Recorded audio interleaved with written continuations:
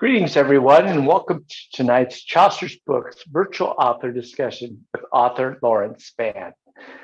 I'm Michael Takeuchi, and I'm the events coordinator at Chaucer's Bookstore, a 47-year-old independent bookstore located in Santa Barbara, California.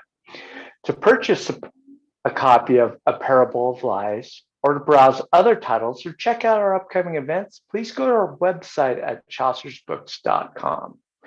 Tomorrow, local author Lauren Schneider will be joined by Bambi Korsel-Steinmeier and Walter Berry to talk about tarot and dreams. Next week, Chaucer's will go live for the first time in over 20 months for a couple offsite events, starting with a free event featuring the talented young writer Via Bleidner. She'll be in conversation with author and UCSB professor Ellen O'Connell-Whitted at 4:30 p.m. Thursday, October 21st. On the UCSB campus. Then on the following Sunday, the 24th at 2 p.m., we'll host a ticketed event with Congressman Adam Schiff at Crush Bar and Tap in Santa Barbara. Again, please go to chaucersbooks.com to check out those upcoming events. While our guests and I are the only ones seen and heard on this webinar, please feel free to utilize the Q&A function located at the bottom of your screen. Type these questions while the program is in progress, and we'll get to them at the end. But we also plan to bring those who would like to join the discussion on video towards the end of the program. So we'll invite you to come on once the main part of the program is over. Tonight's event is being simulcasted and recorded for our YouTube channel and will be available after program's completion. YouTubers, please feel free to type in the chat your questions. I'll be monitoring that tonight. So let's begin. Tonight, we welcome writer Lawrence Spann to talk about his work of fiction called A Parable of Lies. But before we bring Lawrence out, I'd like to bring out his partner in this discussion, the moderator, Stephen Gilbarr. Come on out, Steve.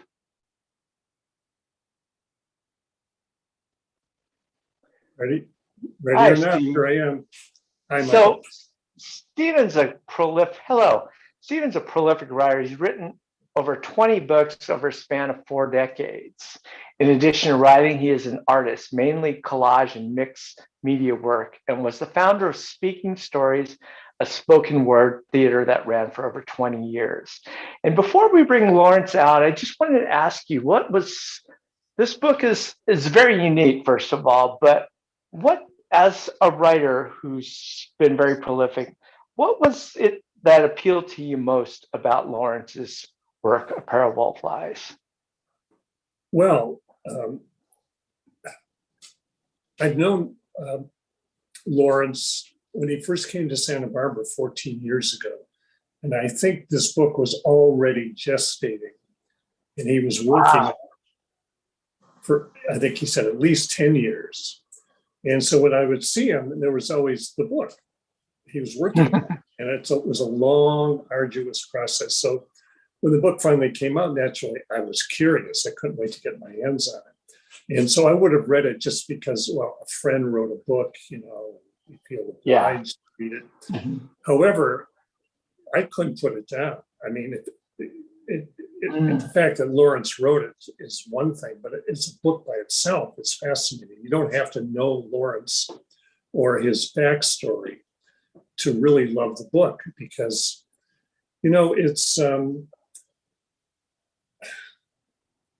it's part road novel, which I like, and dysfunctional family stories. We all like those. Some local history in there. Very poetic. Paean to Mother Earth, sort of a mixture of Return of the Native and You Can't Go Home Again. And, but very well written and some very beautiful parts and some wonderful quotations before each chapter, which I want to talk to him about.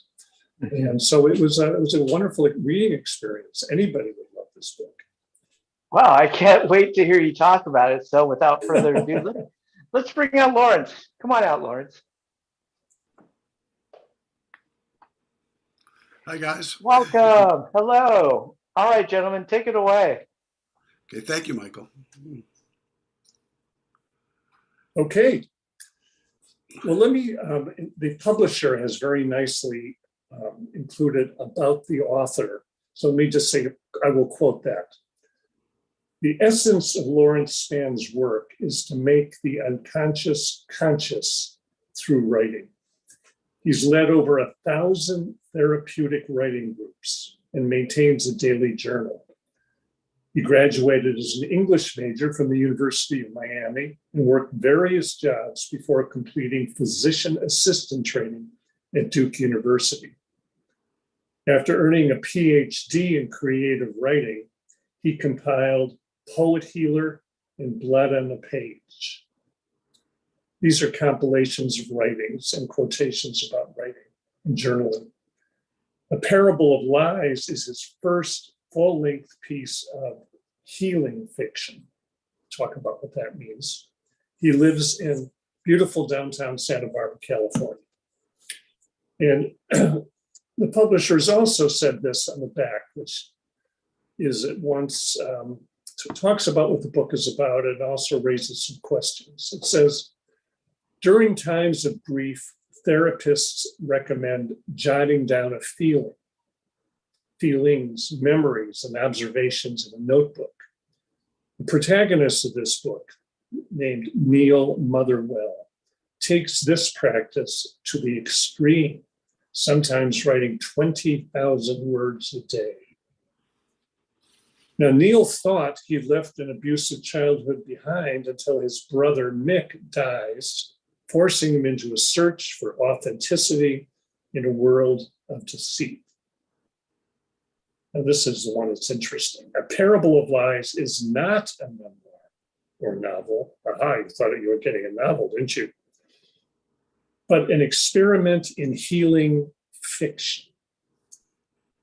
Okay, why don't you take it from there? Because healing fiction that's a new genre, maybe. Who knows? When I got into this thing, I didn't realize what it was about in that sense. The fiction means that you take something and you expand it and use words and language and verbs and everything at your disposal, every color in the paintbrush that you can find to expand and move through things. So the idea of healing is working through a problem instead of burying some type of trauma, actually exposing it to the light of day. I guess that's the way I'm using the word or the phrase healing fiction. And that seemed to suit what was going on here more than a memoir, more than a novel. Well, it's for those who don't know you, it's a novel, completely a novel about this cat Neil, and his journey back home, which is Buffalo, New York. Wow, wait a minute. Aren't you from Buffalo, New York too? So I happen to know you, and there's some similarities between this protagonist and the author. And then when it says part memoir, part novel, and it's all fictional, all the names are fictional. And so it was fascinating to me because I know you, but that's not important for the purposes of the book at all. In fact, it probably gets in the way trying to think, oh, wait a minute, does that really happen? Or do you make that up? So how do you deal with that? Because it's not pure memoir, obviously. No, not at all. I guess, Steve, you know me well enough. I've been doing these writing groups forever. And, the whole rule of the writing group is we treat the writing as writing, not as the person. So it gives us that little bit of a mask. We, like Anatoly Broyard said it best, he said, that's what I want for a doctor, somebody that's going to listen to me like I'm a novelist, that I'm writing a story. So, and that's the way I proceeded. And I mean, that's the work I've done, 25 years I've been keeping my own journal. And as I was doing things, I realized I could start to put these stories together in such a way to make a flowing narrative. Originally, the book, I was going to do kind of a how-to book because I believe in the power of writing so much that I thought, gosh, I can tell people how to do this. But telling people is not, someone has to feel this from inside. And through stories, that's how we really connect with one another in a much deeper and powerful way. When it's someone else's idea, it works better than, I'm telling them or someone's telling them how to do that. Yeah.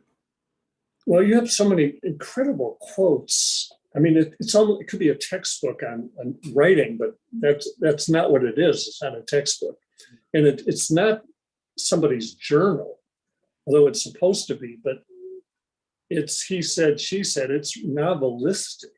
There's characters, and so if you think you're getting a journal, you should be happily surprised to find it reads like a novel. It's a stream. It just keeps going. It's exciting. It has its ups and downs, which makes it sort of neither fish nor fowl. That's what's sort of interesting about it. Yeah. You once said, or you said in the book, when asked why I write, I have no answer. Oh. It's an exercise in truth telling. I learned to fork my tongue at an early age. When I write, I have no debt, burden, or obligation, and no one to please. It's the only place I can tell the truth with impunity. Today, my pen is fluid. I could keep going, write down every thought and memory in my head, resurrect the past, see the dead faces, those who have altered the trajectory of my life. So, can you talk more about that? I mean, there's so much here. How you talk about how the ink spits out the tip of the pen. You don't know any other way to combat sadness. Yeah, I think it was a good choice, Steve. Yeah, when I hear it read, it's a difficult because I sense that I wrote it, but there is kind of a unseen end that moves the, working with a pen and a notebook all these years. I mean, something takes every day. There's something magical that today I was writing, and I thought yesterday was the most boring day I'd ever had in my life. Suddenly, all the people had come into my life, these incidents had happened, but I would have missed all of that without writing about it. I really wouldn't have seen even the color of the eye or the, I was in the library yesterday, approaching people and meeting people. It's just, it's really a different way. It's a way of life, putting the pen to the page is a way of life, like meditating, I guess, or, something that, I mean, I've actually, I think in the book, Neil talks about how he tried yoga and vegetarian diets and this, that, and other thing. But when he finally found the writing, it clicked for him. And it went back to his mother because the first thing he remembers writing was GG. And when he wrote EGG, she made him a beautiful buttery scrambled egg. So he associated writing and putting the pen on the pages being something that would bring pleasure some way or would please someone else, Yeah. Can you talk about the book, the plot, the novel, what's going on, how it starts, where it goes, Sure. Without giving away anything too much? Well, it's fun to go through the trajectory of it. And I like that you think it's a road novel because my favorite books are road novels, The Journey. Neil Motherwell is in a kind of a overwhelmed state. He works in a medical clinic where, he sees 30 patients or more a day. There's people calling him on the phone, getting along with people that he works with, being involved with that many personalities. But at the same time, his younger brother basically is dying, and this has been going on for years and years. Lives in the family home in Buffalo, New York. And so there's this pipeline between Buffalo, New York and Neil. Even though Neil lives in Santa Barbara and works at this clinic and has a life, his mind is constantly on, oh my God, my brother's going to die. Oh my God, something bad's going to happen. I need to be in touch. And the brother, as well as his two sisters, call him incessantly. I mean, they'll call him at 3 morning, I mean, they just are constantly on his back, and so life. This first chapter, which went through at least 2 or 3 dozen revisions, which I'm happy as I read it again the other day and it holds up. I'm happy with it. It kind of gives that sense of crisis, what I mean? That sense of neurotic, getting to work, spending 12 hours in a clinic, which is in the basement, seeing all these patients, meeting all these different people. And at the same time, he learns that another catastrophe has happened to his brother. He's in the hospital again. And then he and his wife, Neil and his wife, decide they're still going to go off on their vacation. It's Christmas, and they're going to go off to Palm Springs. And unfortunately, when they're in Palm Springs, the brother dies on Christmas Day. And they have to some way mobilize, and they're not prepared to go to Buffalo. I mean, they're dressed in California clothes. They some way mobilize and make the trip together, leave their car at LAX, and then spend, I don't know, 10 days in Buffalo for the memorial. And all of this is gone into in detail. The brother has lived in the same house all his life. So the brother now is, in his 40s, and hasn't changed 20 before, but he's kept everything exactly the way it is, and so for Neil going back, it's like pulling back the pages of time. And he, at that point, doesn't even want to admit that he left Buffalo at a time when Buffalo, which a lot of people out here probably don't understand, underwent a metamorphosis where it actually crumbled. I mean, it looked like Fallujah. It is now on the rise again, and things are coming back. There's a medical corridor. There's a lot happening. They're actually repairing the waterfront, and there's lots of good things happening. But honestly, going back at these various junctures, pretty much you had to leave Buffalo in order to find a reasonable life. So he wanted to talk about Buffalo. I mean, but until he in Buffalo and this difficult, he can't really be fully whole. So that's kind of the story. And then the brother dies and all the things that on the brother's death. And then the 180 pages of the book devote to his, he becomes crazy. I mean, he goes off the deep end. He tries to run in front of a truck, or a bus at LAX. He's just not doing very well. And the death of his brother has kind of brought back something that he's tried to suppress and forget. And so his wife pushes him out the door and sends him up to Big Sur, to a place in the book that's called Calypso. And at Calypso, he meets this amazing Gestalt therapist who has ALS, who's some ways able to help him and lots of other people get down to the problem and get down to the heart of the matter. And there's in fact, many people liked about the descriptions of those sessions, because they're not just sessions with Neil, but Neil does come to resolution. Well, I wouldn't call it resolution, but he comes to recognition of what's going on and what went on in the past. But also Neil's doing this with a bunch, 25, 30 other people, and watching them go through it as a group. And he continues to write during all this period as well. And it goes a lot of things about Big Sur, finding a soul poet.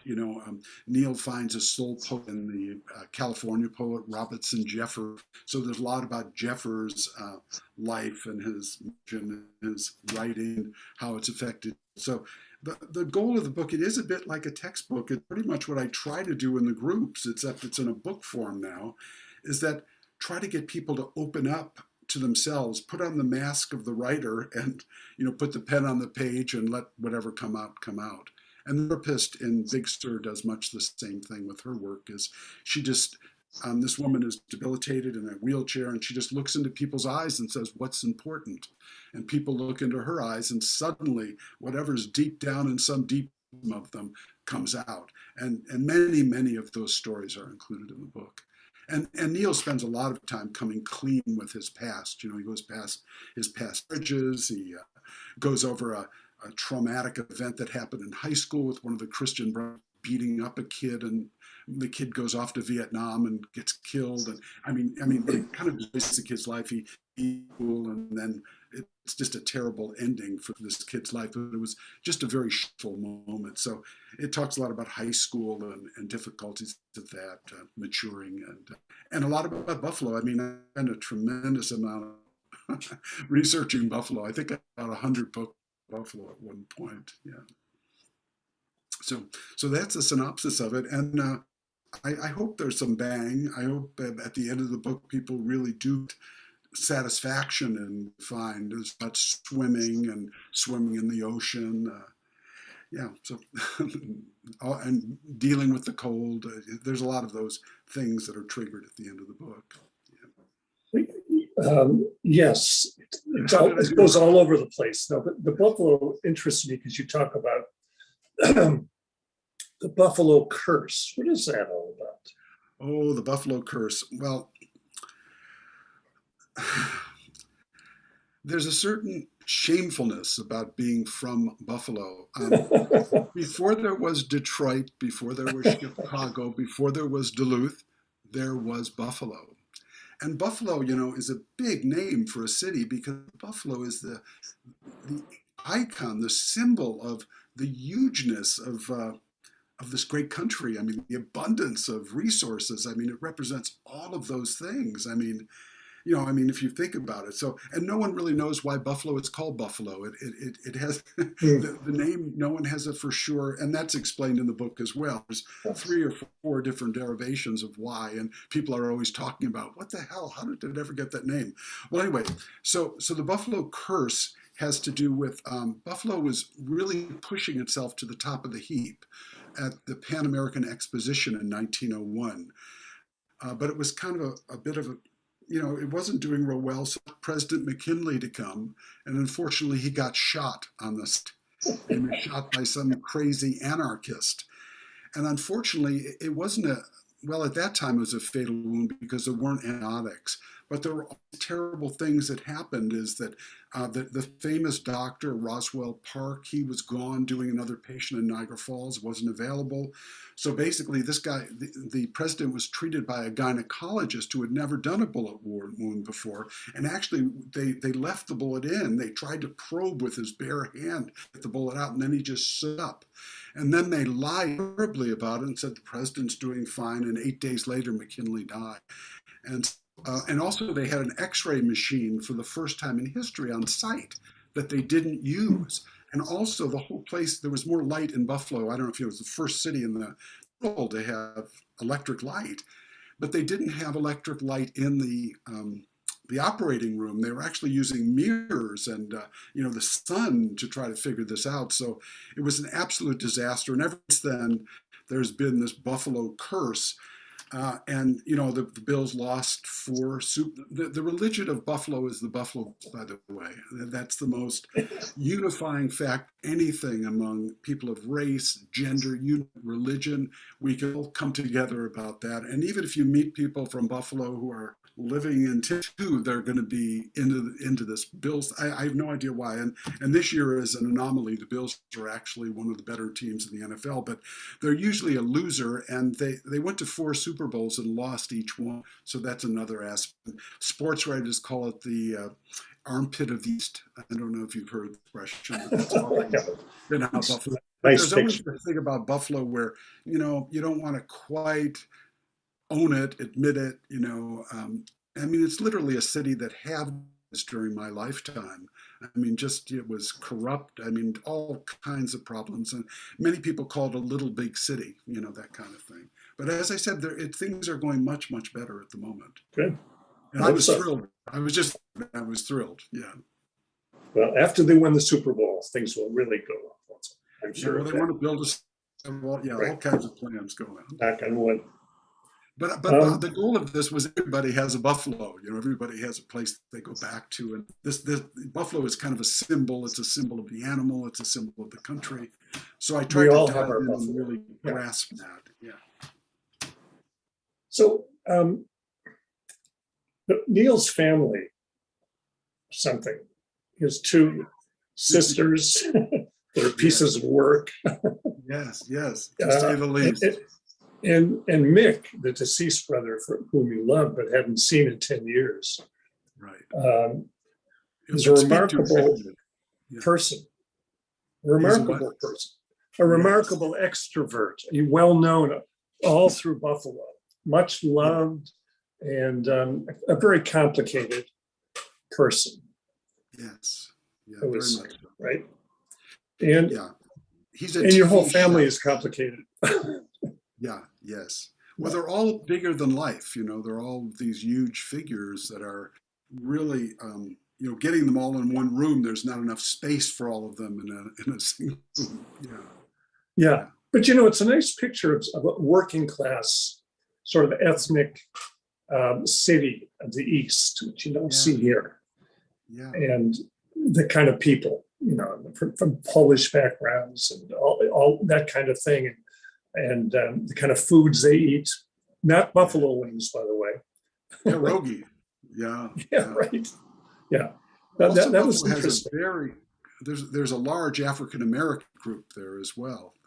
Powerful, yeah, powerful continued city. Yeah. So, there's a line in here where you talk about your grandfather, how he stopped you from killing a praying mantis. And it was at that very moment when your life became twisted and more complicated. What was that all about? Oh boy, you're really picking some. Yeah, wow. I think that's something that might happen. Yeah, these little moments of revelations. I think there are a lot of those in James Joyce, where Neil is a kid at the time and he's killing insects just for the fun of it, and then this powerful moment, seeing this praying mantis, he's told by the adult, "Don't kill it because it'll eat the bad insects," and just the majesty of this giant grasshopper type creature just takes him into another realm. He just suddenly there is something to be preserved and observed and not destroyed. I guess that's kind of the message from that. Yeah, that's a long section. I'm surprised you pulled that out. That's great. Well, I took notes of each chapter and some of the highlights, and Yeah, because it's funny you talk about one of the sisters, the black sheep, Sandra, who buffaloes people, yeah, using that as a verb, which I thought was sort of yeah, clever. yeah. I think And that's a good you talk definition. about your crazy, because you're on the trip with Neil, not you. Neil's on the trip with his wife, and she's wanting him to explain this whole phenomenon of Yeah. what she's getting into, and going back and seeing this. And they always say happy families are all alike, but unhappy or dysfunctional families are all different, interesting ways. Yes. Which is why there's so many books about that and much to journal about. I want to talk to you about that later. And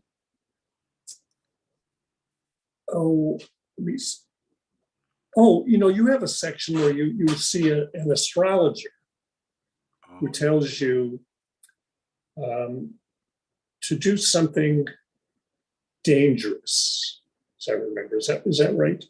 That's correct. And excuse me, I keep saying you, tells Neil, the protagonist. No, is that, what is your relationship with astrology? I mean, I know Neil's is, but is that, what are we to make of that? Yeah. Well, I'm kind of open to anything. Yeah, I'm open. I'm open to any kind of conversation. And some of my people I trust the most in their judgments, are people that follow the stars. And Yeah, sure. Yeah. I mean, I think there's a lot more to it than we understand. But there's more in heaven and earth, Horatio, than we understand, right? But Neil's usually in the book. This is kind of setting stage for the rest of the. It's explaining Neil that he's no longer in the second phase of life. There's more of the staging of life. The second stage is about accumulation, but this is about give your gift. And at stage, once you're in your late 50s, 60s, the idea is to give the gift freely. And younger people who can learn and gain, and that's the energy of old age. Yeah, that's the proper way to proceed. So, and then we watch kind of screw up a lot along the way, and then finally some realizations. I think your readers of this book thank you for this gift. This is a book that could actually change lives, I think, or certainly get people to be more introspective in journaling. Was that one of the reasons you wrote it? I mean, yeah, because it was life changing for me in some way. Yeah, I mean, I've done so many groups, Steve, and just watched people transform before my eyes. You know what I mean? Watched a a sad, angry, upset person, some way relieve some of that tension just by writing some words and then reading the words to an audience that's listening and taking it in.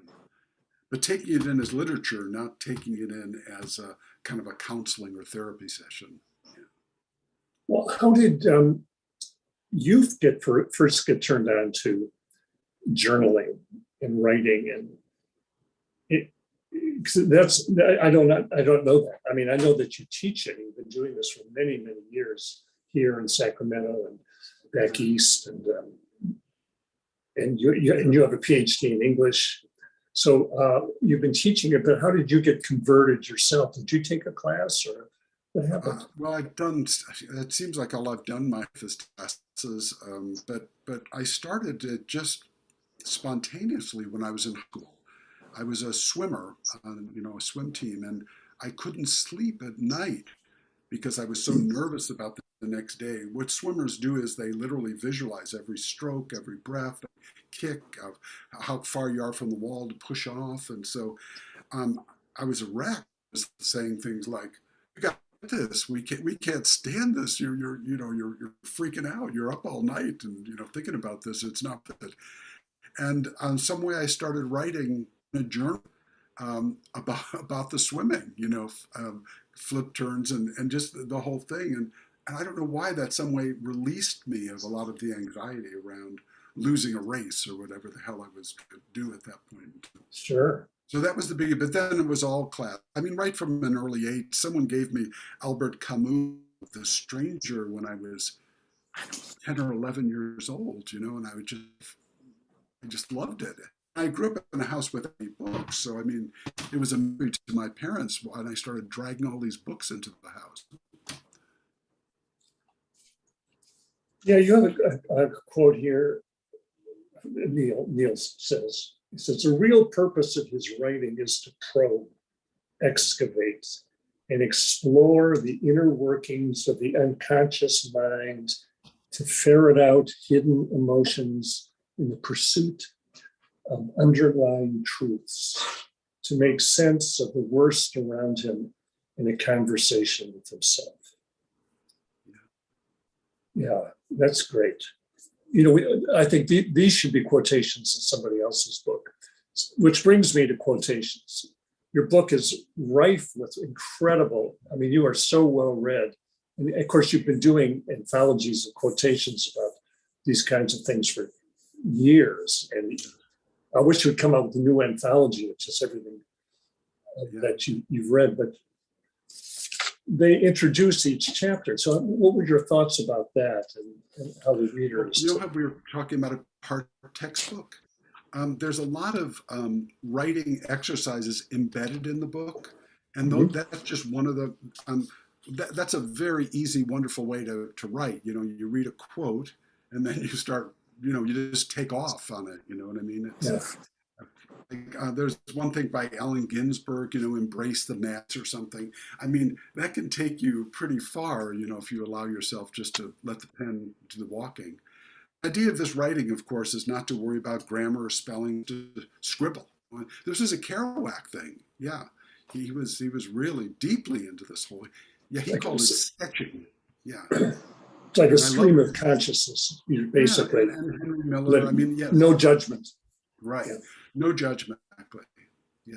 No, because you have there's a big quote on the back page from the poet Muriel Rukeyser. Oh, yes. It says, I am working out the vocabulary of my silence. Now that sounds sort of like a haiku or something, but yes. What do you mean by that? Well, I'm a huge fan of Rukeyser, of course, and it's just weird because that just seemed to really symbolize and fit the book perfectly, because that's what Neil's doing, out the vocabulary of his silence. And certainly that was doing a writer as an author, is finding new ways of saying things, new verbs, new colors. I mean, how can I turn this thing on its head and look at it in a completely different way? And how could it be helpful to someone else? My real goal was to, if reads the book and says, gee, I keep a journal, I'm going to do some writing, or I'm going to join a writing group, I've accomplished what I want with the book. but I really did love the deepening of it. It took a long time. I mean, I wonder now about starting the next project. I'm Take some very time off.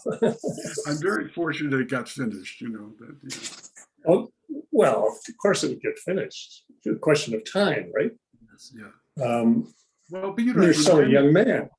I meet people every day who tell me, "Oh, I've got this great story, this great book, and I want to do it." And then, but boy, getting it done is a completely different story. Yeah, I know so many people who are go to writing workshops and conferences and workshop their book, and for years and years, that novel that's in the drawer and it's their thing, and they become addicted to writing workshops. And never really, which is problematic. It's probably an addiction like many others. Well, there is a camaraderie. There's a close, heartfelt connection when you're in a really tight writing group that I don't think I've ever felt anywhere else. I mean, some of the groups in Sao, myself just running to bit of it, from 7 to 9 o'clock on a Tuesday night or something, because so just a vibration that I wanted to hook into. Kind of like looking at praying mantis, it was just a moment of conversion. It seems like it's more a psychotherapeutic session because people are writing confessional and about themselves as opposed to a workshop where somebody's writing a historical novel or something. Yes. People talk about the novel and now that you've known all these people sitting around, their life story, there's crying, there's laughing, it's get it out.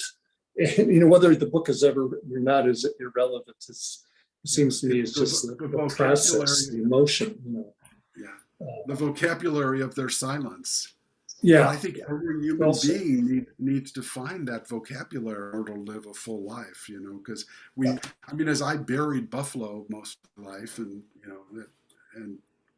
it just took a big club over the head to get me to embrace myself, that part of myself. I wanted to just ask you one thing, and then there must be some sections of the book you'd like to read. And I would love you to read the very final prayer to Mother Earth. Oh, sure. At the end, that's really lovely. Are you a poet as well? You write poetry? I started as a poet and realized I wasn't much of a poet and that I wanted to write narrative, that it took a while because I think what happens is you have these thoughts and these feelings, writing songs, writing poems, and then finally I stumbled upon this kind of writing through the notebook writing that, was more deeply connected. But a lot of good writers like Raymond Carver, they're great poets and great writers, I love poetry. In fact, I'm always reading poetry. In fact, I use the poetry in the groups more than I ever use prose. This is more of a full embracing of a document. Someone reads this from start to finish, and there you have the life of a man or a woman or something. But, the poem is much more pithy and touches a little chord in you. I'm always reading poetry. Yeah. Yeah. The poetry touches us someplace that prose doesn't. So powerful. Yeah. And I admire poets so much. Yeah. Well, you do wax poetic in the book quite often. You cross the borderline. Yeah. You once, I think I asked you about, you have to have come from a dysfunctional family in order to write, because you were talking about the Gurevich book that you read about Africa. And you said, this is Neil talking, I envy those who love their parents and sing their praises, but don't they doubt them as I do? Did things happen, traumatic and truth-telling, that's revealed Ma and Pa as wrongdoers, lawbreakers, and offenders? And isn't that why marriage, living with someone in such an intimate way, is such a risk? All those traumas have the opportunity to trigger and be replayed, and nobody can hurt us like our family. So, so what you're saying is everybody, whether they think it's true or not, nothing is neutral. We all bring thousands of memories to every situation. And I guess it's easier to sew it up and put a bandage on it than open it up and let, as you say, graphically, the pus come out. Right. Yeah. Boy, yeah. Anyway, with yeah, it's beautiful. so if there's something you want to read, because I see now that it's 7:45 almost. Yeah, well, that was great, Steve. Thank you. Thanks for such a close reading of the book. So thrilled. Um, well, maybe I'd love to read the little sonnet or a little song at the end, but there's another part I'd love to read that is about the Calypso Institute at Big Sur, where Neil finally breaks through. He hasn't been able to die to his death, and he's kind of broken down watching people go through these really difficult situations in the Gestalt groups, and he wakes up in the middle of the night. And this one I wanted to also, it's every chapter has a little date to it. So this says 12 January pre-dawn, Calypso Institute, Big Sur, California. And the quote is from Allen Ginsberg, "Don't hide the madness." I woke up sobbing in the darkness, shaking with a chill. I looked out the window, still black coal. I pulled my blanket up. My t-shirt was cold and sticky, disoriented, vocalized in a husky whisper. Mick is dead. Mick is dead. A frosty reverie consumed me and my spine turned to ice. I couldn't untangle myself. Mick is dead. Mick is dead. I spiraled into madness. How many years? When did it start? He snorted cocaine in high school. When did he lose a job? When did he stop chefing? When did he stop functioning? Both my parents drank and put up a good front. They fooled other people until the end. What about the frantic phone calls day and night, conflict with Victoria? He attended AA meetings and said he'd quit drinking. I numbered the days and congratulated him on earning a sobriety chip. I went to Al-Anon. He started drinking again. Then last year, everything was suspended. 7 when he disappeared into a coma, supported by machines, awaiting a liver transplant. The only time he was free of alcohol. I didn't give up. I consulted his nurses, interns, residents, and doctors, and no heroics could save him. All said the same thing. He'll die if he doesn't stop drinking. And while Mick drank his therapy, how many sessions did I spend on the shrink's couch? I thought about him all the time. How many friends did I burden and strangers? Like the ancient mariner, I courted anyone living. My anxiety was palpable, seeping into every aspect of my life. Mick is dead. Mick is dead. It was the graveyard of night when I slid down from my bunk, my t-shirts, and pulled on some sweats. I tripped over Ed's boots, woke, the monotonous drone of snores steadfast like a chorus of cicadas. Outside it was drizzling and a mist covered glasses as I scrambled down the hill to us. Relentless black waves cracked the shore like a whip. A faint, pungent odor charged the air. I drew it in, even welcomed it, and found it pleasant at first, like a wet fern and dank earth. When I recognized a skunk, I picked up my step. The bathhouse was empty, and a trickle of water plunked like a metronome. The frosty air made me shiver. I stripped and hopped into the shower. The hot water ran down my back, and steam rose from my shoulders. I leaned forward with both palms on the wall and soaked my hair. My skin, covered with goosebumps, became smooth and flattened. I wept like a child with convulsive sobs. My belly heaved with each ocean swell. A voice in me said, "Why are you bawling over it? What if someone hears you?" As if I could get outside my body and control its actions. Then it felt like I was watching someone else. I let myself blubber. I cried my brother for his affliction, for his loneliness. Why did he have to suffer so? Why couldn't I protect him? My baby brother with long golden curls and a magic smile. I cried for PJ, for Zephyra, for all the heartbreak in the workshop, for the river of roseness that flows through all of us. I wept for myself. I cried for the whole goddamn world. and in walked Earl. Startled, I turned to greet him. He dipped in and out of the shower and slid away like a without acknowledging me, as if to say, "Whatever you're doing, keep doing it. Pay me no mind. I appreciate and respect your privacy." It's great. Michael, how are we doing on time? Keep going. Keep going. All right. This is great. We got a few more minutes, but if I can remind people to please type in your questions. We'll also bring you on in a little bit with those who want to talk.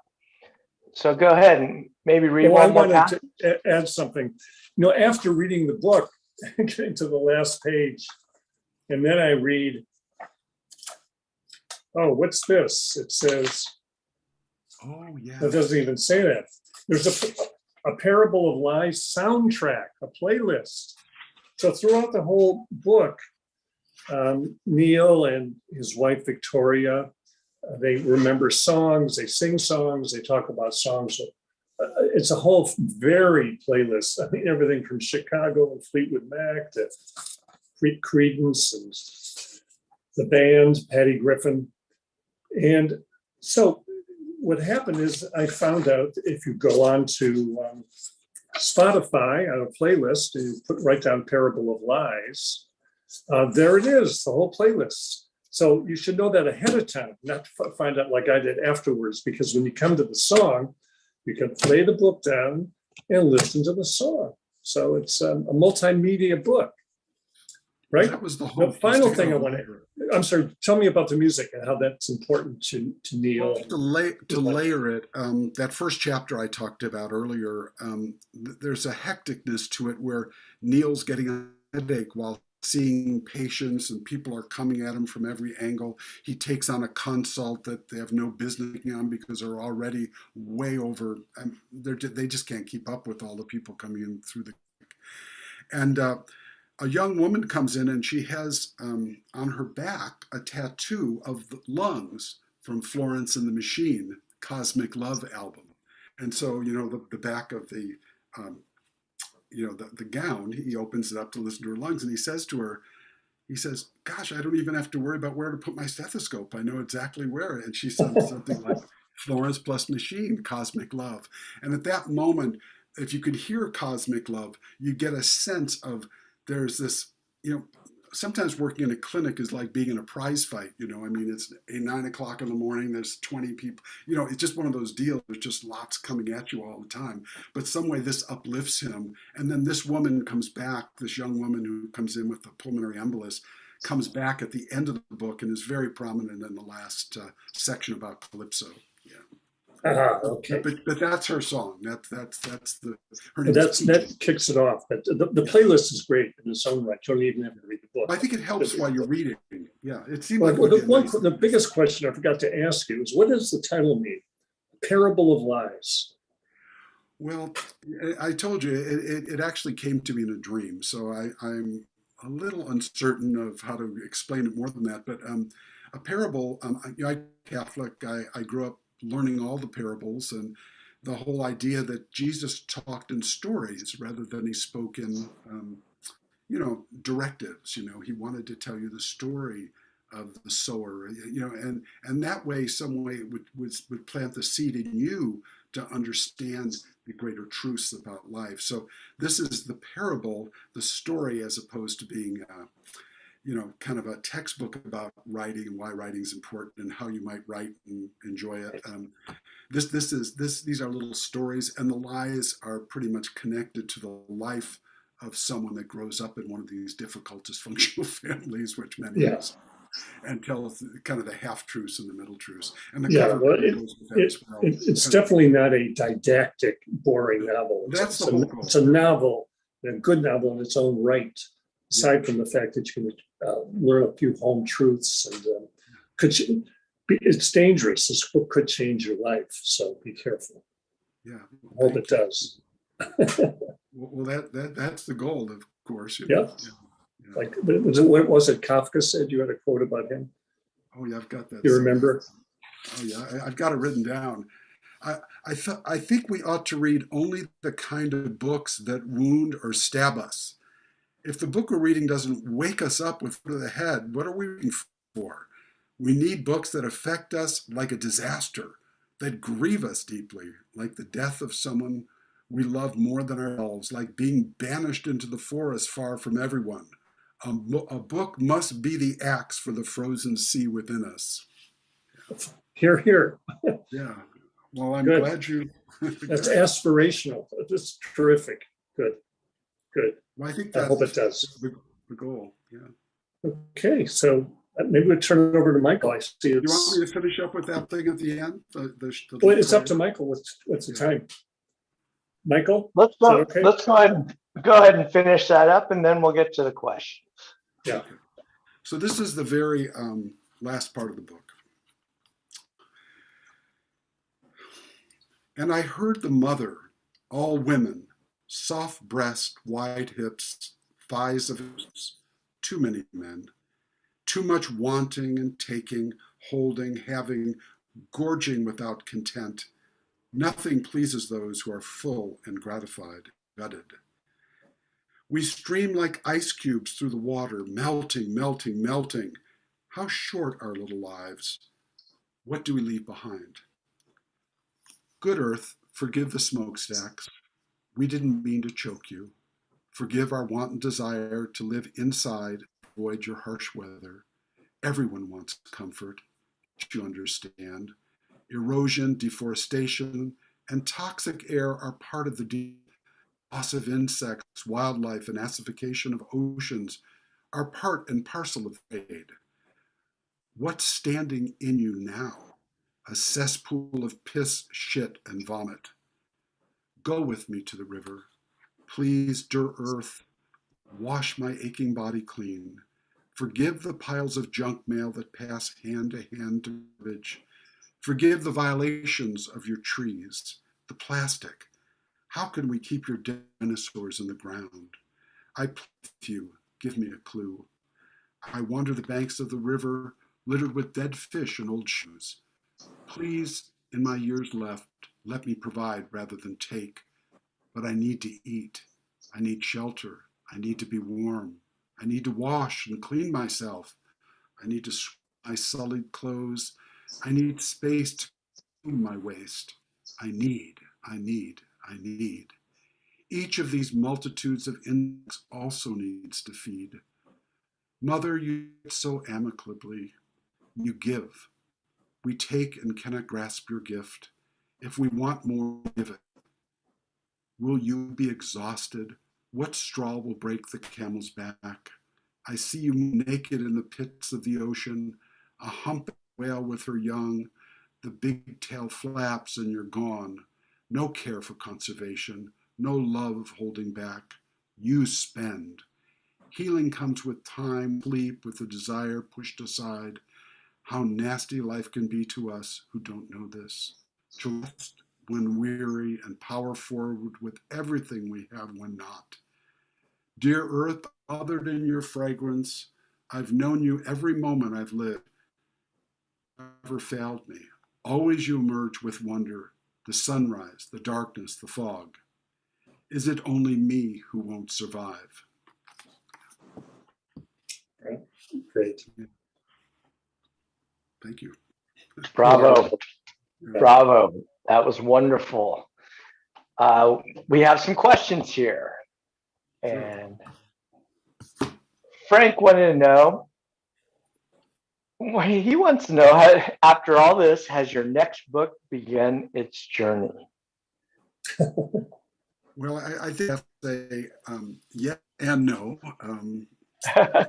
On my journey back to the East Coast, I had an amazing thing happen in a place called Charlevoix, Michigan, and I don't know, that keeps coming up for me. Something about Charlevoix. It's yeah. So yeah, I guess it started because I've never. I don't think I've missed a day of writing, and so I mean, there's something happening. There's something percolating. Yeah. But I don't have an outline. It took a struggle to get this outline, how the book would look. Yeah. The hardest part is the structure. Yeah. Mm, mm, interesting. I have to say though, you had mentioned Buffalo earlier, and the Buffalo Bills are doing very well. So I'm wondering if your book's release might coincide with the Buffalo Bills finally breaking Yeah, that wouldn't that be drought of great? Yeah. theirs. The book is actually for sale at a place called Dog Eared Books and Cafe in Buffalo, which I really like. That's not very nice for me. Yeah. Yeah, I'll I have to would. look that up. That's a great name for a book. Oh, it's a great store. They have Yeah, an story. entire Yeah. room just of Buffalo authors. Yeah, Oh wow. yeah. So Tommy wanted to know, there's so many elements in your book, exclamation point. Was it difficult to put them all together into a single project? Yes, yes. And how difficult? I mean, what were the big struggles in your journey in this book? Well, I think the hardest journey is being open to your own patheticness and pain and struggles, and life is hard. It's and it humiliates us every path along the way. So there was a lot of that, just the struggle to get it on paper. And then, I'd written for years, and then finding a structure that I could actually link it all together and make it a narrative that would be. And I'm glad to hear from Steve, who's a great reader, that it does have a continuous narrative, because that was the goal. Yeah. Mm, mm, Yeah. interesting. Well, we got a couple more questions, but if you would like to come on, just please raise your hand in the little icon there, and I can definitely bring you out here. Paul wanted to know that having a soundtrack is genius. How did this idea come about as far as to create an accompanying soundtrack with your? Well, I love music. It's propelled me throughout my life. It's been the saving grace, I mean, of my life. I'm not a musician. I can't sing on two, I can't sing well, but music Mhm. really affects me deeply. So originally the book was loaded with quotes. I mean, I had Shamalama Ding Dong's one of the songs in there, which is from Animal House movie, which Yeah. is which is a great song. And I had almost all the words there because I thought it explained the relationship between Vic and Neil so well. Mm, Shamalama, Shamalama Ding Dong, and they're mm. having a lot of fun and driving, and they're messing around and and they're playing a soundtrack at the time. So anyway, I had all these in there, and then when I got it off to the editor, she said, "This is going to cost you tens of thousands of dollars. There's no way that you can keep all the." She had crossed out all the lyrics, and so it was just more of a necessity. We said, "Well, the music's got to be part of the book," and she said, "Well, you can do a Spotify playlist for the book," and that's how it came Oh, about. And then Donovan was nice enough to give me the Mellow Yellow and Sunshine Superman. The words are in there as all the other words were of the other songs that are in there. Yeah. oh, that's very generous. And long live Otis Day and the Knights too. Yes, yeah. Otis, my man. That's the best Um, part of the song, the narrative. so Tom wanted to know, how did you transition from being a PA to being an author? And Oh if boy. you could explain the relationship between the two, Yeah. similarities, differences, and Well, yeah. Well, basically, I got out of college and couldn't find a job. I became a lifeguard on the beach in Florida. Some way from there, became a paramedic, and the doctor I worked for said he'd pay for me to go to Duke if I got into Duke, which I did. And Duke is the premier PA school in the country. And so I went to Duke and became a PA, but I always saw my work as a PA as a way to supplement and pay for my writing, because I was always writing during all these periods, and always had that will, that Mhm. desire, to get a book done, of some kind, a poem, a book, I don't know, short stories. Yeah, it's just taken a long time to realize that part of it. But I mean, I have hundreds and hundreds of notebooks. I mean, I could spend the rest of my life pulling them out and writing stories from them. Yeah.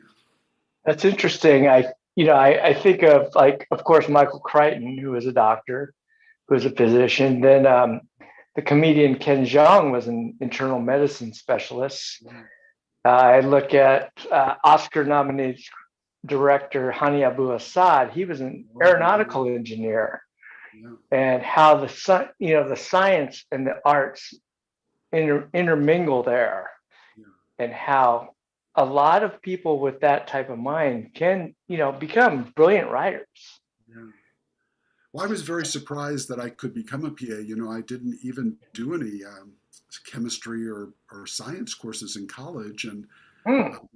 became a paramedic. And then all Duke required was a chemistry course, which I took and fortunately passed. And my life was there was that it changed. And I've always enjoyed people. I have a real love of being close to people and knowing them, and you really have an intimate relationship with other human beings when you work with them Mm. like this. But it is intense as described Mhm. in fact, one friend who read this, who's a PA himself, said he liked that part of the book the best because I don't know of any other book that describes what it's like to be a clinician in this particular way. Mm. Mm. Interesting. Well, we're running low on time, so I'm going to ask one more question from Jonathan, and then if you two can close it out for us. Sure. Jonathan wrote, this is a really nice question. Can you tell us about the long, slow heartbreak of watching your hometown fade? Oh, yeah. Wow, Well, that's great. what happened, my hometown faded at the same time my family fell apart.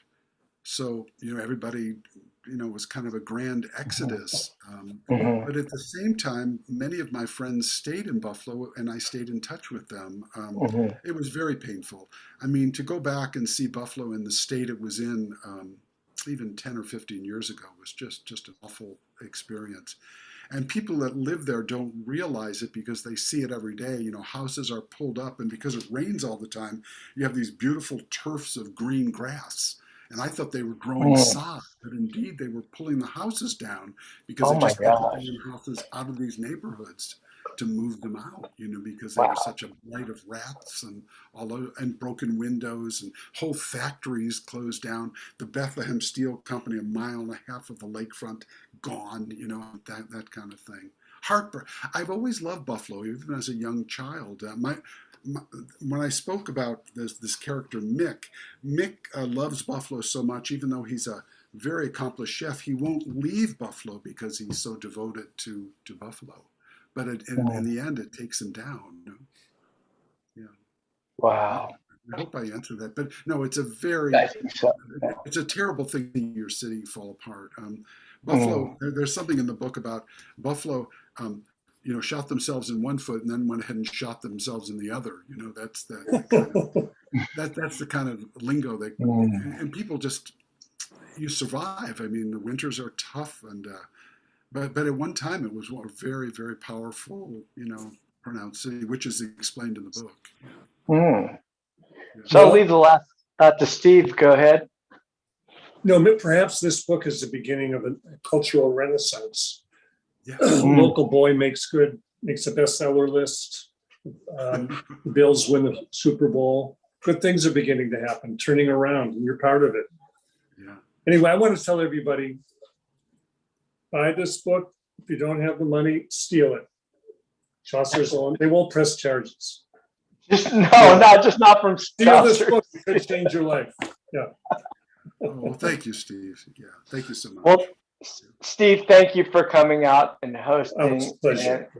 and Lawrence, wonderful, wonderful work. I look forward to hearing more and reading more from you. Yeah, thank you so much, and thanks for having me. Thank you, everyone. Have a nice evening, and please be safe from the fire.